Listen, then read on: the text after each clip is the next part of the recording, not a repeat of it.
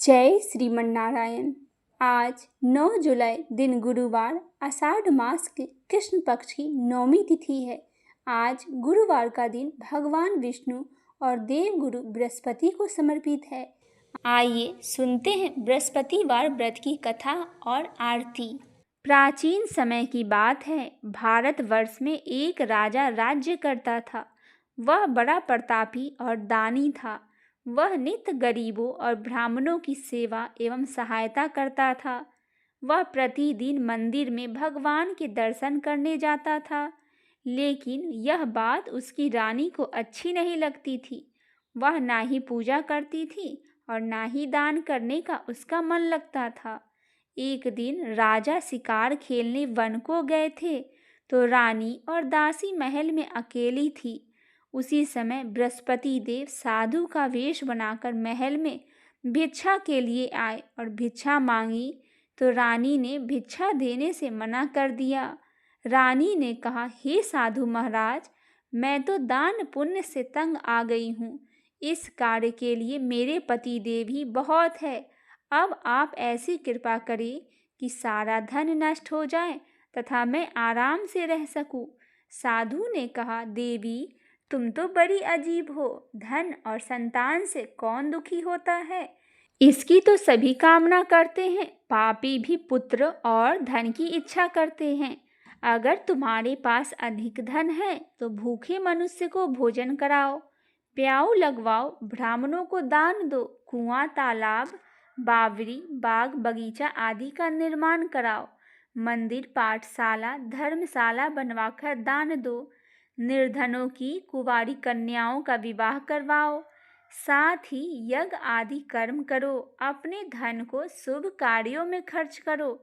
ऐसा करने से तुम्हारा नाम परलोक में सार्थक होगा एवं स्वर्ग की प्राप्ति होगी। लेकिन रानी पर उपदेश का कोई प्रभाव न पड़ा। वह बोली, महाराज, मुझे ऐसी धन की आवश्यकता नहीं जिसको मैं अन्य लोगों को दान दूं, जिसको रखने और संभालने में ही मेरा सारा समय नष्ट हो जाए। अब आप ऐसी कृपा करें कि सारा धन नष्ट हो जाए तथा मैं आराम से रह सकूं। साधु ने उत्तर दिया, यदि तुम्हारी ऐसी इच्छा है तो जैसा मैं तुम्हें बताता हूँ तुम वैसा ही करना।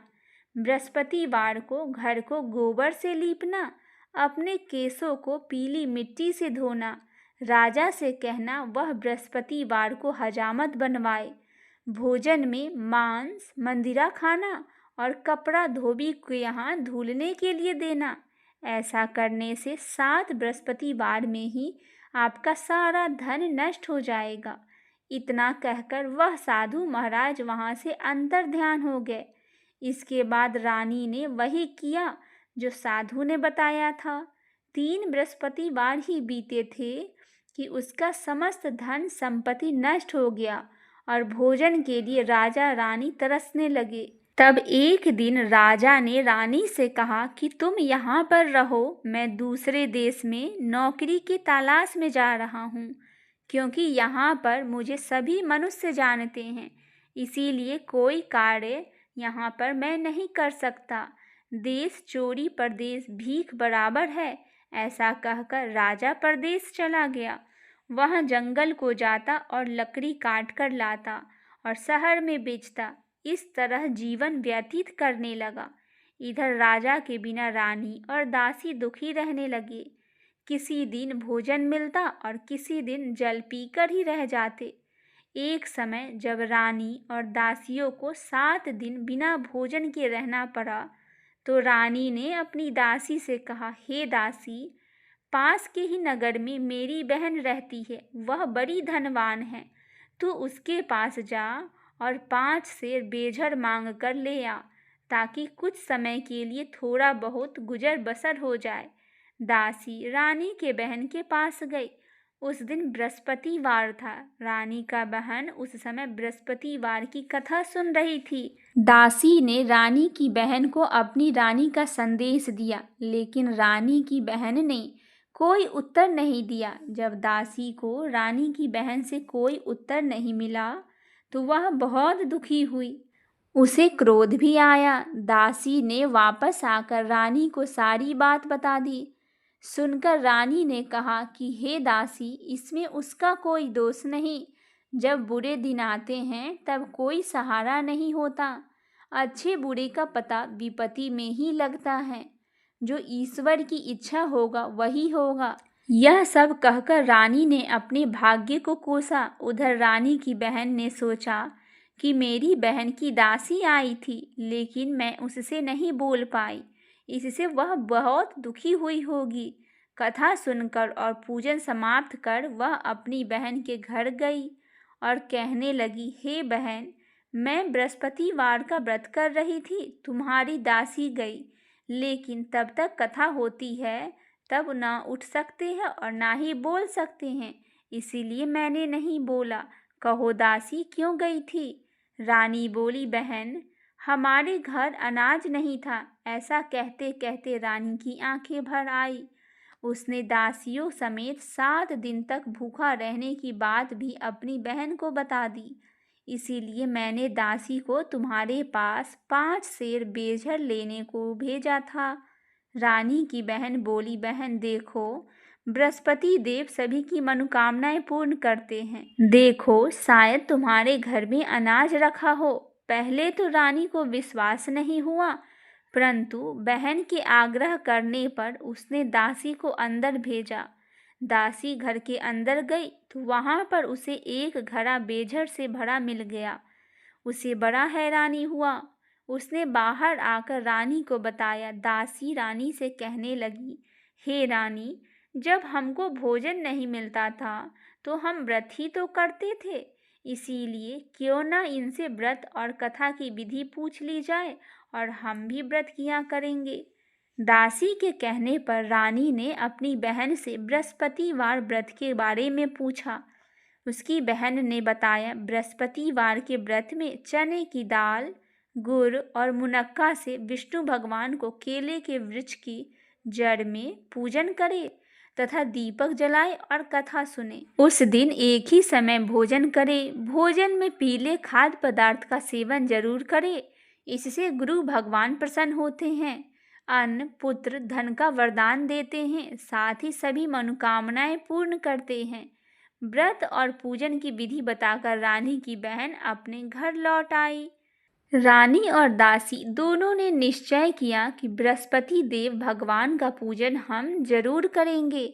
7 रोज बाद जब बृहस्पतिवार आया तो उन्होंने व्रत रखा। घूर साल में जाकर चना और गुड़ बिन ले आई तथा उसकी दाल से केले की जड़ तथा विष्णु भगवान का पूजन किया। अब पीला भोजन कहाँ से आए? दोनों बड़ी दुखी हुए, परंतु उन्होंने व्रत किया था, इसीलिए बृहस्पति देव भगवान प्रसन्न थे।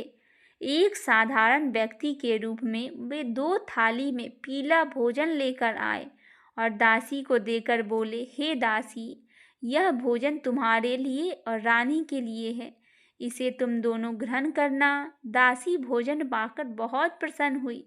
उसने रानी से कहा, चलो रानी जी, भोजन कर लो। परंतु रानी को भोजन आने के बारे में कुछ नहीं पता था, इसीलिए उसने कहा कि जा तू ही भोजन कर ले, क्योंकि तू व्यर्थ में हमारी हंसी उड़ाती है। तब दासी ने कहा, एक व्यक्ति भोजन दे गया है। तब रानी ने कहा, वह व्यक्ति तेरे लिए ही भोजन दे गया होगा, तू ही भोजन कर ले। तब दासी ने कहा, वह व्यक्ति हम दोनों के लिए 2 थालों में सुंदर पीला भोजन दे गया है, इसीलिए मैं और आप दोनों ही साथ में ही भोजन करेंगे। यह सुनकर रानी बहुत प्रसन्न हुई और दोनों ने गुरु भगवान को नमस्कार कर भोजन किया। उसके बाद से वे प्रत्येक बृहस्पतिवार को गुरु भगवान का व्रत और पूजन करने लगी। बृहस्पतिवार को भगवान की कृपा से उनके पास धन हो गया, लेकिन रानी फिर पहले की तरह आलस्य करने लगी। वह दासी बोली, देखो रानी, तुम पहले भी इसी प्रकार आलस्य करती थी। तुम्हें धन को रखने में कष्ट होता था, इस कारण सभी धन नष्ट हो गया है। अब गुरु भगवान की कृपा से धन मिला है तो फिर तुम्हें आलस्य होती है। बड़ी मुसीबतों के बाद हमने यह धन पाया है, इसीलिए हमें दान पुण्य करना चाहिए। अब तुम भूखे मनुष्य को भोजन कराओ, प्याऊ लगवाओ, ब्राह्मणों को दान दो, कुआं, तालाब, बावड़ी, बाग बगीचे आदि का निर्माण कराओ, मंदिर, पाठशाला, धर्मशाला बनवाकर दान दो, निर्धनों की कुंवारी कन्याओं का विवाह करवाओ, साथ ही यज्ञ आदि कर्म करो, अपने धन को शुभ कार्य में खर्च कीजिए, जिससे तुम्हारे कुल का यश बढ़ेगा और स्वर्ग की प्राप्ति और पितर लोग भी प्रसन्न होंगे। दासी की बात मानकर रानी शुभ कर्म करने लगी। उसका यश फैलने लगा। एक दिन रानी और दासी आपस में विचार करने लगे कि न जाने राजा किस देश में होंगे, उनकी कोई खोज खबर भी नहीं है। उन्होंने श्रद्धापूर्वक बृहस्पति भगवान से प्रार्थना की कि राजा जहाँ कहीं भी हो शीघ्र वापस आ जाए। उसी रात्रि बृहस्पति देव ने राजा को स्वप्न में कहा, हे राजा, उठ, तेरी रानी तुझको याद कर रही है, अपने देश को लौट जाओ। राजा प्रातः काल उठा और जंगल से लकड़ी काटने के लिए गया और जंगल की ओर चल पड़ा। जंगल से गुजरते हुए विचार करने लगा कि रानी की गलती से उसे कितने दुख भोगने पड़े। राजपाट छोड़कर जंगल में आकर रहना पड़ा। जंगल से लकड़ी काटकर शहर में बेचकर गुजारा करना पड़ता है और अपनी दशा को याद करके व्याकुल होने लगा। उस समय राजा के पास बृहस्पति देव साधु के वेश में आकर बोले, हे लकड़हारे, तुम इस सुनसान जंगल में किस चिंता में बैठे हो, मुझे बतलाओ। यह सुनकर राजा के नेत्रों में जल भर आया और साधु की वंदना कर राजा ने अपनी संपूर्ण कहानी सुना दी। महात्मा दयालु होते हैं। वे राजा से बोले, हे राजा, तुम्हारी पत्नी ने बृहस्पति देव के प्रति अपराध किया था, जिसके कारण तुम्हारी यह दशा हुई। अब तुम चिंता मत करो, भगवान तुम्हें पहले से अधिक धन देंगे। देखो, तुम्हारी पत्नी ने बृहस्पतिवार का व्रत शुरू कर दिया है। अब तुम भी बृहस्पतिवार के व्रत में चने की दाल, गुड़ और मुनक्का से विष्णु भगवान को केले के वृक्ष की जड़ में पूजन करो तथा दीपक जलाकर कथा सुनो। उस दिन एक ही समय भोजन करना, लेकिन भोजन में पीले खाद्य पदार्थ का सेवन जरूर करना। भगवान तुम्हारी सब मनोकामनाएं पूर्ण करेंगे। साधु की बात सुनकर राजा बोले, हे प्रभु, लकड़ी बेचकर तो इतना पैसा भी नहीं बचता जिससे मैं भोजन के उपरांत कुछ बचा सकूं। मैंने रात्रि में अपनी रानी को व्याकुल देखा है। मेरे पास कोई साधन नहीं है जिससे उसका समाचार जान सकूं। फिर मैं कौन सी कहानी कहूँ, यह भी मुझको मालूम नहीं है। साधु ने कहा, हे राजा, मन में बृहस्पतिवार भगवान का पूजन व्रत का निश्चय करो। वे स्वयं ही तुम्हारे लिए कोई राह बना देंगे। बृहस्पतिवार के दिन तुम रोजाना की तरह लकड़ियां लेकर शहर में जाना। तुम्हें रोज से दुगुना धन मिलेगा, जिससे तुम भली भांति भोजन कर लोगे तथा बृहस्पति देव की पूजन का सामान भी ले आओगे। राजा ने चना गुड़ आदि लाकर गुरुवार का व्रत किया। उस दिन से उसके सभी क्लेश दूर हो गए। परंतु जब दोबारा गुरुवार का दिन आया तो बृहस्पतिवार का व्रत करना राजा भूल गया। इस कारण बृहस्पति भगवान नाराज हो गए। उस दिन उस नगर के राजा ने विशाल यज्ञ का आयोजन किया तथा शहर में यह घोषणा कर दी कि कोई भी मनुष्य अपने घर में भोजन ना बनावे, आग न जलावे। समस्त जनता मेरे यहाँ भोजन करने आएंगे। इस आज्ञा को जो ना मानेगा उसे फांसी की सजा दी जाएगी। इस तरह की घोषणा संपूर्ण नगर में करवा दी गई। राजा की आज्ञा के अनुसार शहर के सभी लोग भोजन करने आए, लेकिन उस लकड़हारे कुछ देर से पहुंचा, इसीलिए राजा उसको अपने साथ घर लेवा गए और घर ले जाकर भोजन करा रहे थे तो रानी की दृष्टि उसकी खूंटी पर पड़ी, जिस पर उसका हार लटका हुआ था। वह वहां पर दिखाई नहीं दिया। रानी ने निश्चय किया कि मेरा हार इस मनुष्य ने चुरा लिया होगा। उसी समय सिपाहियों को बुलाकर उसको कारागार में डलवा दिया गया। जब लकड़हारा कारागार में पड़ गया और बहुत दुखी होकर विचार करने लगा कि न जाने कौन से पूर्व जन्म के कर्म से मुझे यह दुख प्राप्त हुआ है, और उसी साधु को याद करने लगा जो जंगल में मिला था, उसी समय तत्काल बृहस्पति देव साधु के रूप में प्रकट हुए और उसकी दशा को देखकर कहने लगे, अरे मूर्ख, तूने बृहस्पतिवार व्रत की कथा नहीं की, इस कारण तुझे दुख प्राप्त हुआ है। अब चिंता मत कर, बृहस्पतिवार के दिन कारागार के दरवाजे पर 4 पैसे पड़े मिलेंगे, उनसे तू बृहस्पति देव की पूजा करना, तेरे सभी कष्ट दूर हो जाएंगे। बृहस्पतिवार के दिन उसे 4 पैसे मिले। लकड़हारे ने कथा कही। उसी रात्रि को बृहस्पति देव ने उस नगर के राजा को स्वप्न में कहा, हे राजा, तुमने जिस आदमी को कारागार में बंद कर दिया है वह निर्दोष है, वह राजा है, उसे छोड़ देना। रानी का हार उसी खूंटी पर लटका है। अगर तू ऐसा नहीं करेगा तो मैं तेरे राज्य को नष्ट कर दूंगा। इस तरह रात्रि को स्वप्न देखकर राजा प्रातःकाल उठा और खूंटी पर हार देकर लकड़हारे को बुलाकर क्षमा मांगी तथा लकड़हारे को योग्य सुंदर वस्त्र आभूषण दिया और विदा कर दिया। बृहस्पति देव की आज्ञा के अनुसार लकड़हारे अपने नगर को चल दिया। राजा जब अपने नगर के निकट पहुंचा तो उसे बड़ा आश्चर्य हुआ। नगर में पहले से अधिक बाग, तालाब, कुएं तथा बहुत सी धर्मशाला, मंदिर आदि बन गई थी। राजा ने पूछा, यह किसका बाग और किसका धर्मशाला है? तब नगर के सब लोग कहने लगे कि यह सब रानी और उसकी दासी की है। तो राजा को आश्चर्य हुआ और गुस्सा भी आया। जब रानी ने यह खबर सुना कि राजा आ रहे हैं तो उन्होंने दासी से कहा कि हे दासी, देख, राजा हमको कितनी बुरी हालत में छोड़ गए थे। हमारी ऐसी हालत देखकर वह कहीं लौट न जाए, इसीलिए तू दरवाजे पर खड़ी हो जा। आज्ञा के अनुसार दासी दरवाजे पर खड़ी हो गई। राजा आए तो उन्हें अपने साथ लिवा लाई। तब राजा ने क्रोध करके अपनी रानी से पूछा कि यह धन तुम्हें कैसे प्राप्त हुआ? तब उन्होंने कहा, हमें यह सब धन बृहस्पति देव की कृपा से और इस व्रत के प्रभाव से प्राप्त हुआ है। राजा ने निश्चय किया कि 7 रोज बाद तो सभी बृहस्पति देव का पूजन करेंगे, परंतु मैं प्रतिदिन 3 बार कहानी तथा रोज व्रत किया करूँगा। अब हर समय राजा के दुपट्टे में चने की दाल बंधी रहती थी तथा दिन में 3 बार कहानी कहता। एक रोज राजा ने विचार किया कि चलो अपनी बहन के यहाँ हो आवे। इस तरह निश्चय कर राजा घोड़े पर सवार हो अपनी बहन के यहाँ चलने लगे। मार्ग में उसने देखा कि कुछ आदमी एक मुर्दे को लिए जा रहे हैं।